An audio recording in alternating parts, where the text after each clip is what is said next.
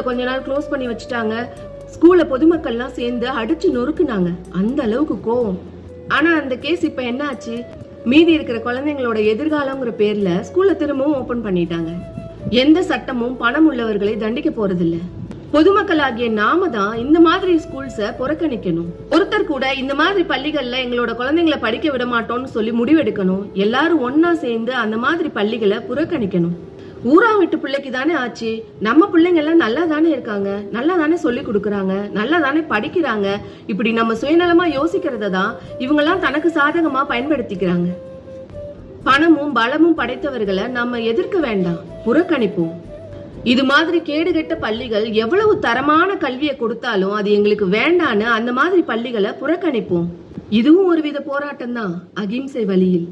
நம்மால் முடிந்ததை முழு மனதோட எல்லாரும் ஒன்னா சேர்ந்து செயல்படுத்தினால் நம்மாலும் அவங்கள தண்டிக்க முடியும்.